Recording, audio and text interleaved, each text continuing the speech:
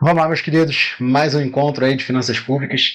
Lembrando, galera, isso surgiu a dúvida no Instagram, na verdade, né? Lembra, galera, vocês têm que ler o edital, isso é importante. Os encontros de matemática que eu tenho gravado sempre aos sábados, eles são voltados, né, para todos os candidatos, todos os alunos que estão focados no bloco 8, beleza? Ou seja, é o nível que o bloco que foi chamado de bloco intermediário, de nível intermediário, ou seja, as provas de nível médio. Tranquilo? Os encontros de finanças públicas, galera, que acho que até o que tem tido a procura maior e tal, são voltados para os blocos de 1 a 7, ou seja, todos os blocos que têm ensino superior, blocos 1 ao 7, eles têm a parte de finanças públicas, beleza? Então, sempre que a gente vai resolvendo aqui as questões, normalmente, tá, galera? Lógico que isso não é uma regra, mas aos sábados, né, o que eu posto é para a galera, então, do bloco intermediário e, pô, teoricamente ali, né, ou teoricamente não, na prática, a do domingo, que tem sido, né, o resto dos blocos. Tranquilo, queridos? Carlos, por que você está gravando ainda para matemática, né, tal? Tem menos acesso? O de finanças públicas está tendo muito mais acesso? Cara, galera, assim, o acesso é maneiro, é lógico, eu fico feliz. Recebi um feedback que me deixou muito feliz até, e respondi ali apropriadamente. Mas, galera, o intuito aqui é lógico, né? Quando a gente tem like, quando a gente recebe ali visualizações, é bom, eu não estou discutindo isso.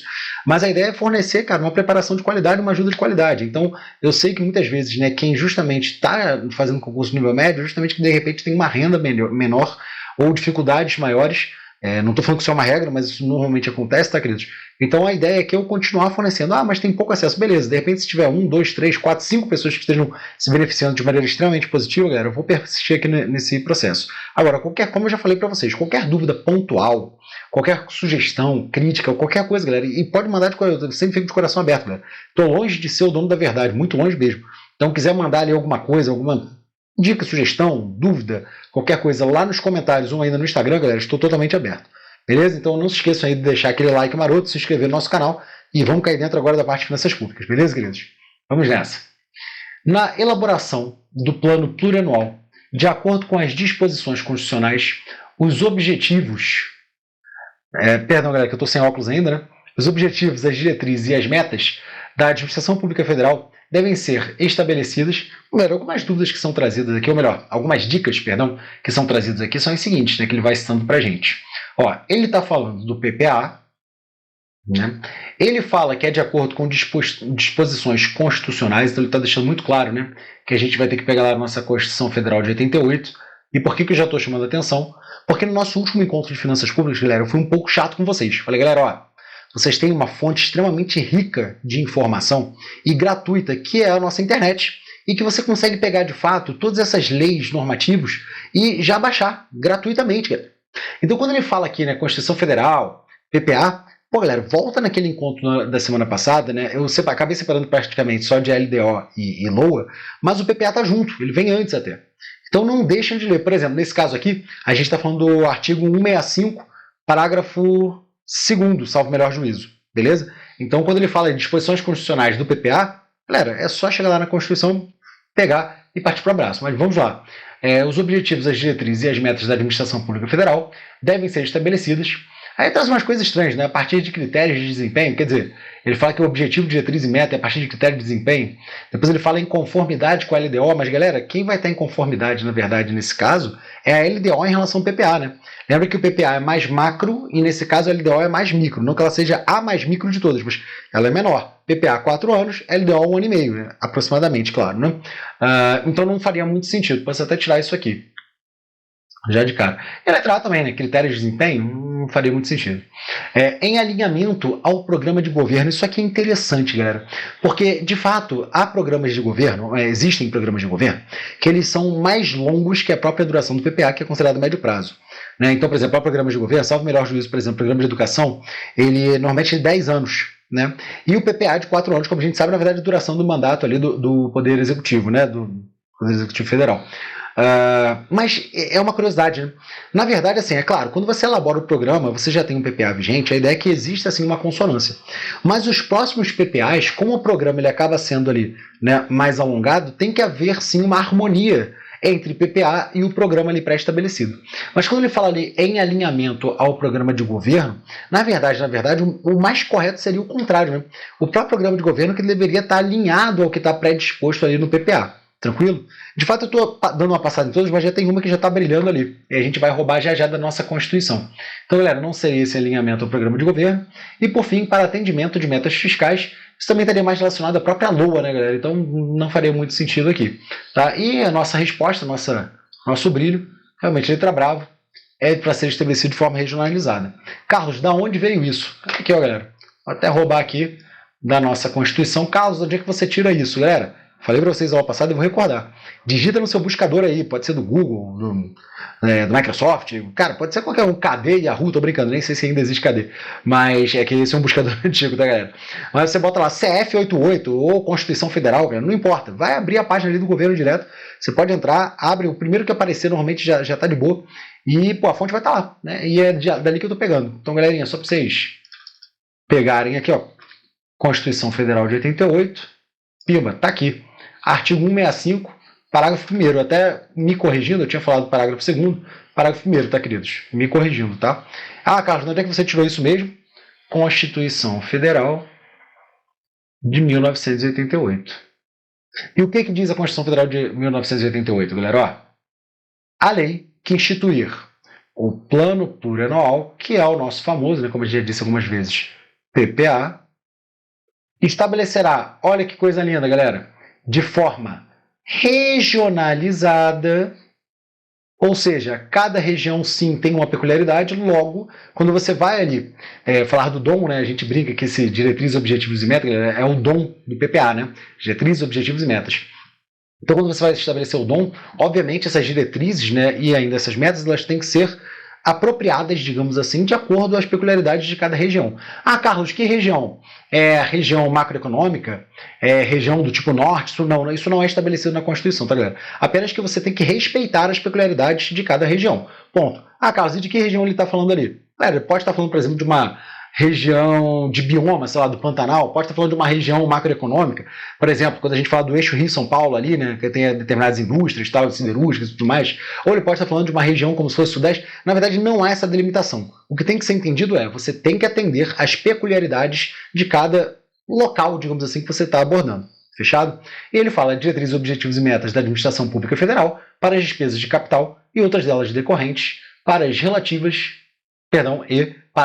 aos programas de duração continuada, né? O famoso PDC. Mas enfim, galera, dito isso, dei até uma suspirada aqui.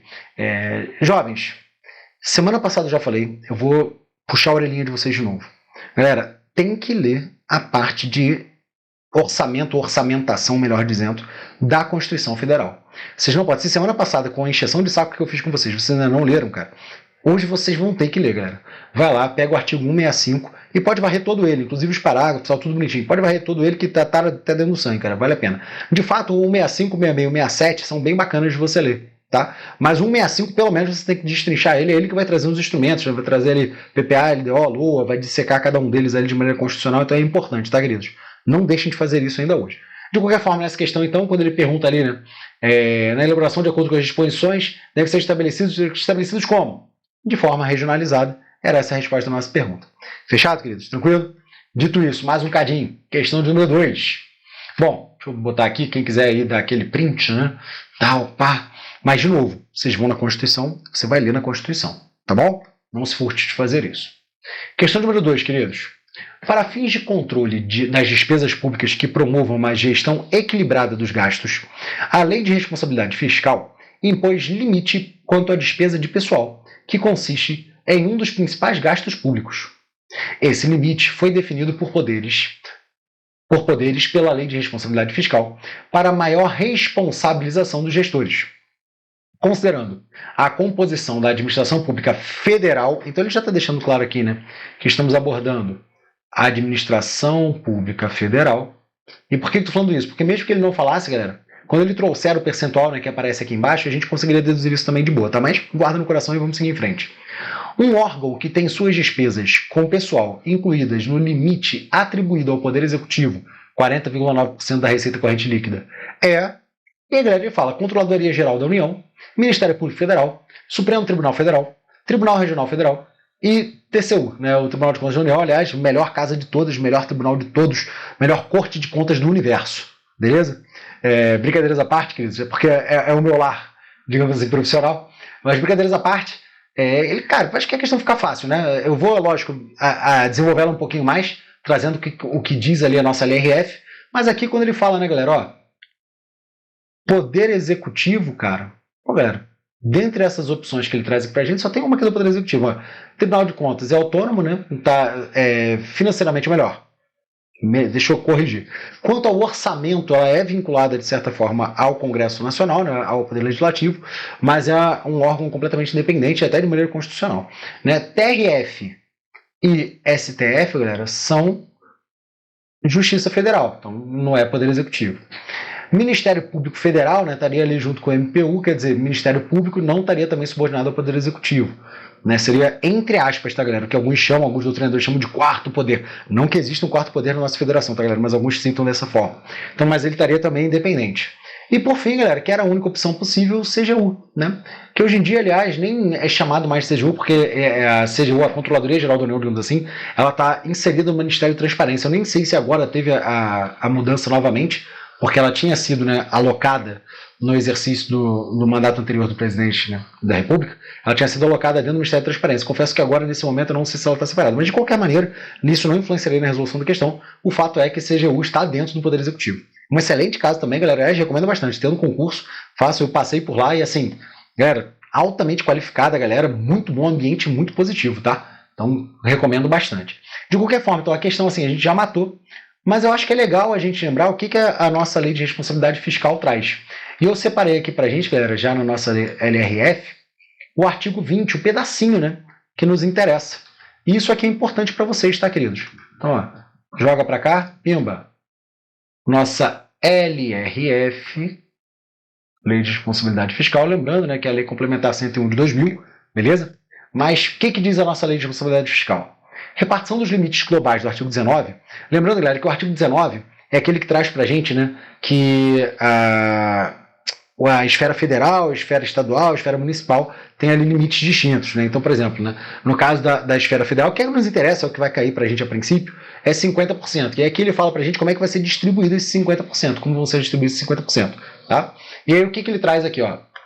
2,5%, né, para o Poder Legislativo, e aí está incluído o TCU, por isso que eu tinha falado com vocês, né, galera, que por causa da distribuição de orçamento, o TCU está ali junto com o Poder Legislativo. Ele é um órgão, de fato, né, independente, ele é separado do Legislativo, ele funciona de maneira independente, até constitucionalmente falando, ele está destacado do Poder Legislativo, mas para essa questão de orçamentação, né, para essa distribuição, digamos assim, de grana, né, da parte de crédito orçamentário, ele está ali vinculado, sim, ao Poder Legislativo, fechado?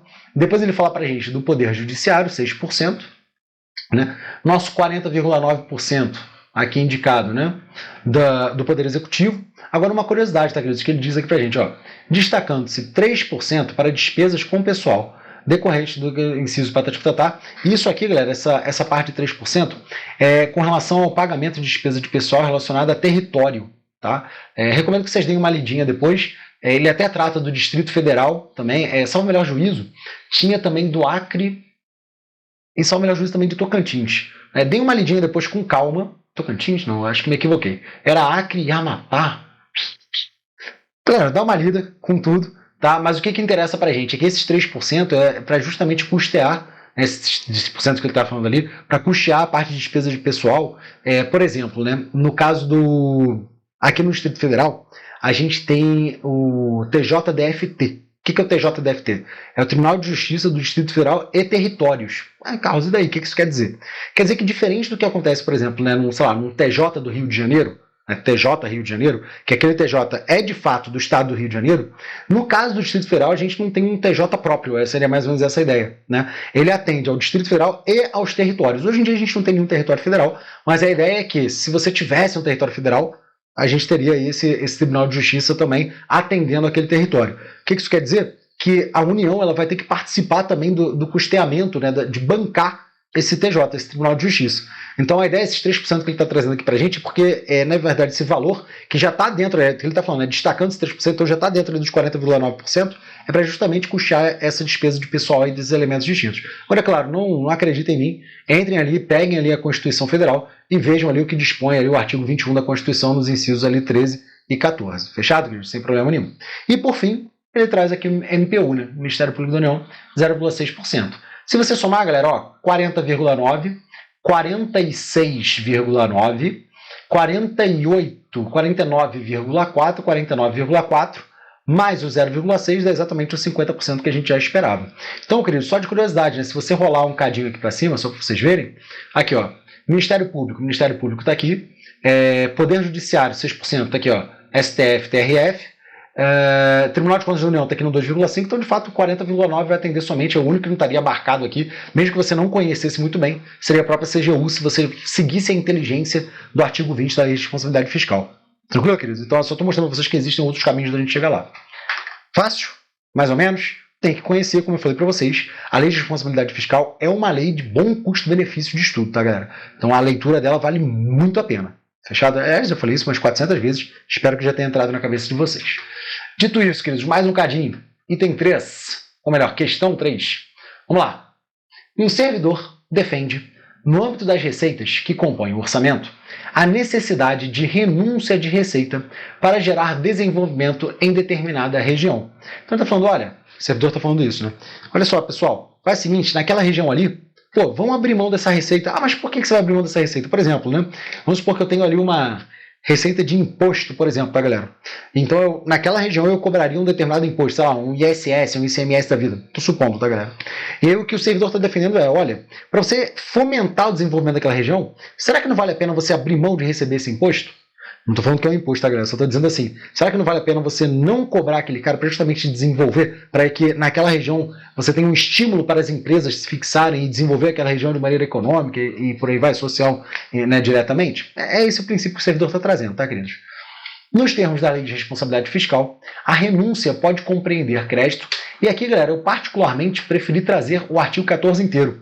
Dando LRF, a gente tem uma seção que fala basicamente só de renúncia de receita, e essa seção ela é composta pelo artigo 14. Então, vamos roubar aqui o artigo 14. Tá lá. Jesus, Mary and Joseph. Deixa eu botar aqui bonitinho do jeito que eu tinha. Tá pronto. Agora sim. Artigo 14, lembrando, galera, que estamos falando aqui da LRF.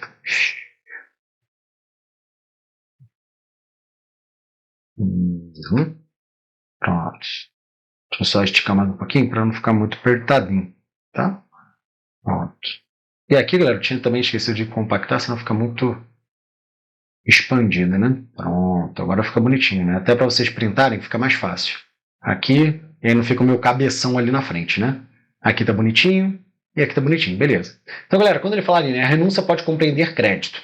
Lógico, recomendo a vocês sempre que leiam tudo. Eu estou trazendo isso aqui da LRF, eu já falei para vocês que a LRF é importante vocês realizarem a leitura, mas nessa questão especificamente, galera, eu quero que vocês olhem com carinho para o parágrafo 1º. Aqui, ó. Parágrafo 1º. A renúncia compreende anistia, remissão, subsídio, crédito presumido, concessão de isenção em caráter não geral. O que significa isso, Carlos? Se fosse caráter geral é para todo mundo. Sem caráter não geral é porque é só para uma parcelazinha, beleza? Então, concessão de isenção em caráter não geral, ou seja, só para aquele garimpo, para aquele nicho ali. Fechado? Alteração de alíquota ou modificação de base de cálculo que implique redução discriminada de tributos, contribuições e outros benefícios que correspondam a tratamento diferenciado. Tranquilo, galera? Então aqui ele está trazendo para a gente todo o pool, né? Quem é que está dentro desse bonde da renúncia, digamos assim? Aí temos lá anistia, remissão, subsídio, crédito presumido, concessão de isenção em caráter não geral, alteração de alíquota ou modificação de base de cálculo. Seria mais ou menos essa a ideia. Né? E na questão, galera, ele traz algumas coisas aqui. Ó. A renúncia pode compreender crédito. O que fala de crédito aqui, galera, até já acabou ficando meio fácil, né? Ó, crédito presumido. Né? Então, o que a gente está buscando ali, na verdade, é o crédito presumido. Já matamos a resposta, seria a letra A. Né? E as outras opções que ele traz são umas coisas meio esquisitas. Por exemplo, crédito especial. O cara está misturando crédito adicional, a gente já conversou em outro encontro, né? Que são aqueles créditos suplementar, especial, extraordinário, com a renúncia de receita, que não teria muito sentido, tá, galera? Então, crédito especial está fora. Cara, crédito majorado. Não sei o que ele quer dizer com isso, né? Até porque no caso de renúncia a gente estaria, na verdade, diminuindo, né? Minorando, digamos assim, o que a gente está arrecadando. Então, não faria muito sentido. Crédito provisório. cara, seria algo precário, também não encaixou muito com o que a gente está trazendo de renúncia de receita.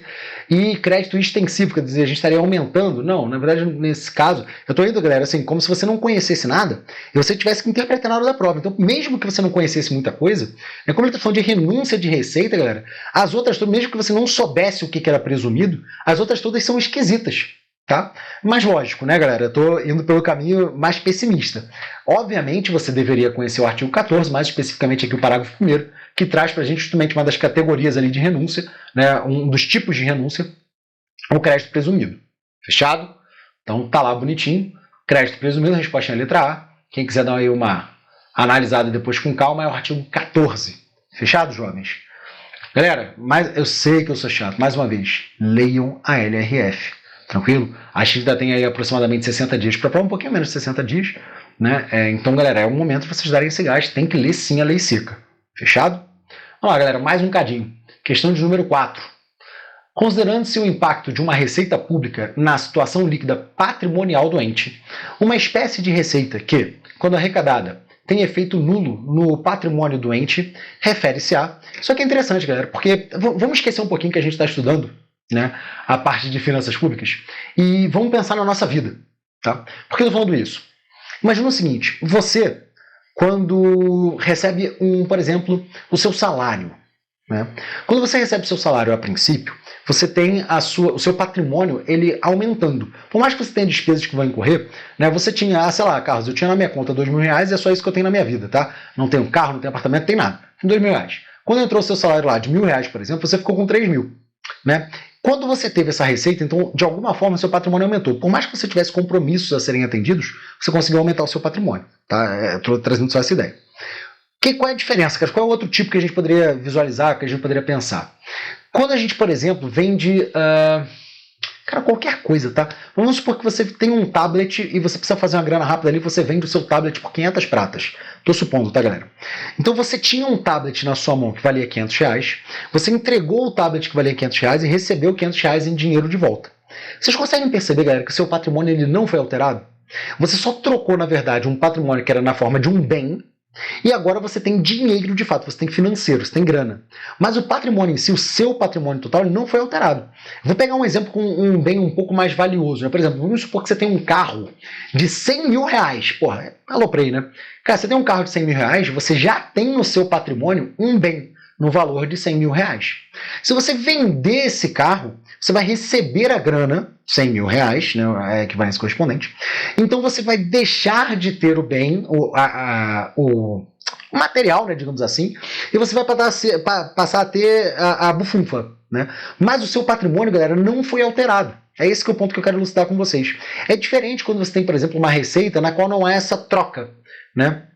Eu não estou querendo entrar muito no mérito da galera da contabilidade, mas aqui o que eu estou tentando trazer para vocês, para quem já conhece um pouquinho, é que no caso, por exemplo, da venda de um bem, na venda do carro, você tinha um ativo, né, um ativo que estava dentro ali da parte de patrimônio, um ativo não circulante, e você, bom, a não ser que você trabalhe com venda de carros, mas a princípio ativo não circulante, e você vendeu esse cara e trocou, ou seja, esse ativo por outro ativo. Só que um ativo circulante, um ativo ali que teria, por exemplo, né, seria a caixa que vai de caixa, que seria o dinheiro. Né? Não precisa entrar nesse mérito todo, lembra do que eu falei antes. Você antes tinha um patrimônio e você está trocando esse patrimônio pelo valor que ele corresponde. Ou seja, o seu patrimônio total não foi alterado. É diferente do que acontece, por exemplo, quando você recebe seu salário. Quando você recebe seu salário, você entregou o seu labor ao longo do mês, você entregou o seu trabalho ao longo do mês e você está recebendo esse patrimônio ao final do mês. Ou seja, nesse caso, galera, eu não estou falando que o seu labor não vale nada, não é isso, mas você não tinha ele contabilizado como patrimônio. E agora você tem, porque o dinheiro está entrando.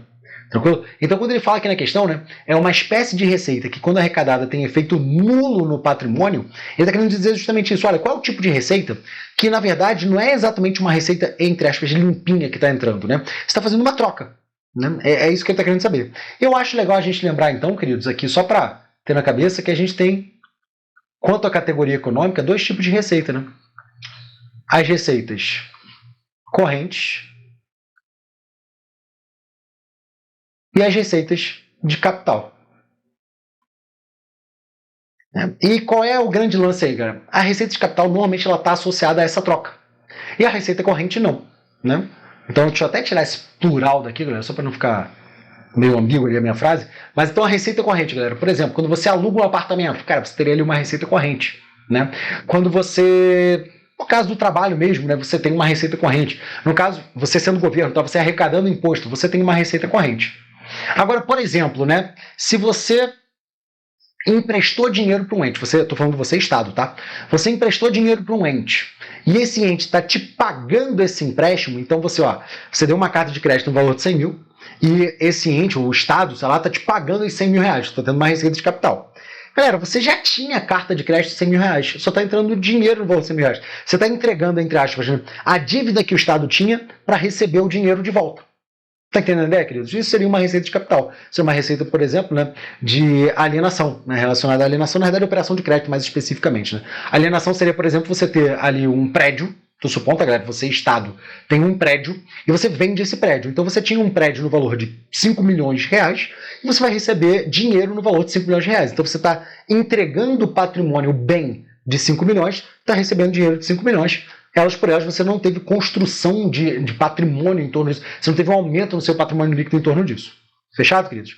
Bom, galera, dito isso, aí fica até um pouco mais fácil, porque a gente tem aqui algumas receitas, né, que ele discrimina, sendo que receita de royalties, galera. Só para lembrar, galera, receita de royalties é aquela que você deixa, royalties, por exemplo, envolvendo petróleo, né? Você deixa a empresa explorar o petróleo e ela te paga royalties porque, a princípio, aquela exploração ela gera algum tipo de impacto. Entre aspas, é como se fosse um aluguelzinho que ela está fazendo ali, né? Então isso aqui, na verdade, seria uma receita corrente, tá, galera? Então botar assim, ó, receita patrimonial, que é um tipo de receita corrente, tá, queridos? Uma receita patrimonial, que é um tipo de receita corrente. Beleza? Ou seja, a gente não teria essa troca, né? Quer dizer, não tem um efeito nulo. Por quê? Porque está aumentando o seu patrimônio ali ao final das contas. Bravo. Outorga de direitos de uso, galera, que é de certa forma também, entre aspas, tá, galera? Como se fosse um aluguel, né? Você está dando o seu direito de usar aquele determinado bem, ou enfim, aquela determinada marca, ou qualquer coisa que valha, em troca de dinheiro, como se você estivesse alugando aquela marca ou alugando aquele direito de uso. Então, mais uma vez, é uma receita patrimonial, que é uma receita corrente, né? Então, mais uma vez, galera, a princípio tem impacto no seu patrimônio. Fechado? Tá aumentando o seu patrimônio. Uma receita que a gente chama, galera, curiosidade, tá? Receita efetiva, né? A não efetiva é aquela que não aumenta o seu patrimônio líquido no final das contas. E a efetiva é aquela que aumenta. As correntes, de maneira geral, isso não é uma regra absoluta, tá? Tem pequenas exceções, mas regra geral, a receita corrente ela é uma receita efetiva e a receita de capital é uma receita não efetiva, tá? Regra geral, de novo, isso não é uma regra 100% absoluta, tá? Alienação de títulos mobiliários, opa! Aí, galera, isso aqui é uma receita de alienação. E receita de alienação, de venda, alienação é venda, tá, galera? É uma receita de capital. Cara, tudo indica que é a nossa resposta, tá, galera? Parece ser, a gente vai passar as outras ali só para matar, mas tudo indica que sim, é essa a respostinha. É ela que, de fato, quando entrar o dinheiro, eu vou estar entregando o bem que vale, sei lá, R$1 milhão, e eu vou estar pegando dinheiro no valor de R$1 milhão. Essa troca não altera no final das contas do meu patrimônio, ou seja, essa troca não é uma receita efetiva, ela é uma receita não efetiva, diferente do que estava acontecendo com o corrente. Beleza? Mais um bocadinho, galera. Inscrições em concurso e processos seletivos, né? Lembra? Aqui eu estou falando como Estado. Então, você que está fazendo concurso, você paga esse dinheiro para a banca repassa uma parte disso para o Estado. Então, isso aqui seria de fato uma receita. Carlos, que tipo de receita? Receita de serviços, que também é uma receita corrente. Beleza? Ou seja, ela tende a ser ali uma receita efetiva, aumenta o nosso patrimônio líquido. E por fim, galera, serviços de repor, mais um, né? Receita de serviços, que também é uma receita corrente. Então, até, galera, como exercício aí, né, a gente fez a classificação quanto à categoria econômica, né, e quanto à espécie, né, que a gente botou patrimonial ali, serviço e tal. Não precisava, tá? Eu acho que daria para você fazer sem isso, mas como a gente está aqui revisando, relembrando alguns conceitos, acho legal vocês terem na cabeça. Fechado, queridos? Mas, de qualquer forma, galera, se você não conhecesse, cara, de todos aqui que são citados, né, o único que tem essa troca, quer dizer, entrega de um bem pela recebimento financeiro, seria, de fato, a alienação de títulos imobiliários. Tranquilo? Dito isso, queridos, vamos para a questão número 5, nossa saideira. Um parâmetro definido pela LRF para acompanhamento dos limites fiscais é a receita corrente líquida. Boa! Que consiste no somatório das receitas correntes, deduzido de valores também definidos em lei, correspondentes à destinação de recursos vinculados. Na apuração da receita corrente líquida da União, uma das deduções previstas corresponde a... Então, galera, ele não está querendo saber o que vai ser computado, ele está querendo saber o que a gente vai conseguir deduzir ali, o que a gente vai tirar. E aí, queridos, nada mais justo que a gente trazer ali logo no comecinho da nossa LRF, no artigo 2º, pimba, tá aqui, LRF, artigo 2º. Esse artigo 2º, galera, é muito interessante, porque é o artigo que traz as definições, ele traz muita definição ali, galera. Então, lógico, a LRF é toda importante? É. Esse artigo 2º acho que é mais importante ainda. Por quê? Porque ele traz várias definições, ele explica cada um dos termos ali alocados, e um desses termos, que é o que a gente está querendo saber, é a receita corrente líquida, que muitos de nós só chamam direto pela RCL, né? Já tinha até aparecido naquela questão do limite de despesa de pessoal, né? Cadê? Ó, tinha falado aqui 40,9 da RCL, né? Então já estava até ali. Cara, curiosidade aqui, não sei o que rolou, mas ele deslizou para baixo. Deixa eu puxar um pouquinho para cima aqui, pronto. Ficou um pouco em cima aqui do outro, galera, mas só para ficar marcadinho, bonitinho. Não sei o que rolou aqui, não. Beleza? Vou apagar isso aqui, ó. Pimba, só para ficar organizadinho ali para vocês. Pronto. Aqui a gente está falando de LRF e pinta aqui o 0,6, que é do MPU, do Ministério Público, né? Bom, a gente já tinha falado então de RCL, tá, galera? Esse RCL que aparece aqui é a receita corrente líquida, e vamos abordar ela aqui novamente. Ó, receita corrente líquida, quem é ela? É o somatório das receitas tributárias de contribuições patrimoniais, industriais, agropecuárias, de serviços, transferências correntes e outras receitas também correntes. Galera, isso aqui, ó, é o Tricopais Transou, né? Ó, tributária, tributo é o Itacocô, tá? É Imposto Taxa de Contribuição e Melhoria. Ele tem as contribuições, né? Ou seja, o que ele está definindo aqui, deixa eu até marcar aqui de uma cor diferente, olha de verdinho, esse Trico, a gente já falou disso em outro encontro, tá? Só para reforçar.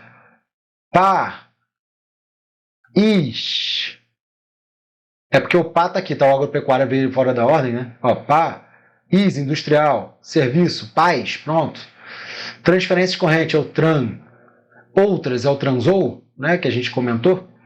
Então, só resumindo, é o Tricopais Transou, ou abrindo o tributário, né, que tem o Itacô ali dentro, Itacocô País Transou. Tá nas nossas aulas anteriores, assiste lá que tá tudo explicadinho, bonitinho. Isso aqui seria, na verdade, né, as espécies dentro da categoria econômica, tá, galera? Então, isso aqui são os tipos de receita corrente, basicamente isso que a gente está falando, beleza?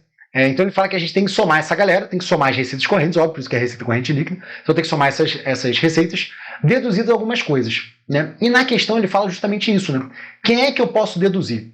Aí ele traz de questão, né? Na União, valores transferidos para disputar. No Estado, parcela entregue ao município de determinação constitucional. Na União, nos Estados e nos municípios, ou seja, em todo mundo, a contribuição dos servidores para o custeio de seu sistema de previdência. Galera, quando ele fala aqui dedução, ele não fala para qual que é. Eu vou supor que esse cara, que essa letra C vai ser interessante, porque ela vai estar abordando todo mundo, né? União, Estados e municípios. Então, contribuição dos servidores para a custeio de seu sistema de previdência e assistência social e as receitas provenientes da compensação financeira. Compensação financeira. Artigo 9º, galera, marca aqui, ó. Parágrafo 9º, aliás, do artigo 201. Cara, vamos buscar isso aqui lá na nossa Constituição? Cadê? Aqui, ó. Constituição Federal, 88, dá aquele Ctrl F para achar o artigo 201. Tá aqui, ó. Achei. Tá lá. Isso aqui na nossa Constituição Federal, tá, galera? Então aqui, ó, puxar um asteriscozinho. Tá aqui. Isso aqui é a Constituição Federal de 88. Então, artigo 201, galera. Para fins, parágrafo 9º, tá? Para fins de aposentadoria, será assegurada a contagem recíproca do tempo de contribuição entre RGPS, no regime geral, e os regimes próprios de previdência social, e destes entre si, observada... então tá. Ele tá batendo na tecla aqui, galera, da compensação financeira, que já foi citada lá, né? Aqui, ó. Provenientes da compensação financeira, que foi citada conforme a gente já puxou ali no parágrafo 9 do 201. Beleza. Vamos ver o que ele traz pra gente, galera. Na porção da SL, então, uma das deduções, ele fala recursos para pagamento da dívida, serviço da dívida. Cara, tem nada disso aqui, galera. Nada disso, né? Fala receita corrente líquida, somando, fala nada de pagamento de dívida. Ó, aquela que eu tinha falado para vocês, lembra lá em cima, né? Ah, eu não tô lembrando quem é que era exatamente, eu falei Acre, até dei uma viajada, ó. É Distrito Federal, estados do Amapá e Roraima, tá, galera? Que tem esse pagamento ali de pessoal, tem essa ajuda, digamos assim, para pagamento de pessoal, beleza? Lembra que eu falei lá em cima dos 3% que estavam destacados no 40,9%? É daqui, Distrito Federal, Amapá e Roraima, beleza? Só para a gente ter na cabeça, precisava ter consultado isso agora, mas depois pega ali bonitinho. De qualquer forma, queridos, volta para cá. Então, recurso para pagamento da dívida, nem pensar, não tem nada aqui. Recursos para aplicação mínima em saúde e educação, também não tem nada disso, deduzir por nada a ver, cara. Transferência de convênios firmados com outros entes. Galera, nada citado aqui também em relação a deduzir valor de convênio. Delta, compensação financeira. Aí sim, galera, ó, compensação financeira é de fato o que nos interessa. Essa compensação financeira, ó, entre os regimes previdenciários. Caso não entendi que regime previdenciário é esse que ele está falando, galera. Lembra que a gente falou aqui embaixo? Ó, a gente está comentando acerca do RGPS, do Regime Geral de Previdência Social, e do regime próprio, do RPPS. Então, quando ele fala ali da compensação, é porque o cara, né, para definir a aposentadoria, ele pode sair de um regime e ir para outro. É isso que ele está falando. Então vai ter que existir uma compensação financeira nesse sentido, e é o que ele traz na letra D. Isso vai ser deduzido. Isso é, de fato, né, trazido ali pela lei de responsabilidade fiscal, não vai ser a nossa respostinha. Sacana a ideia, queridos? De boa?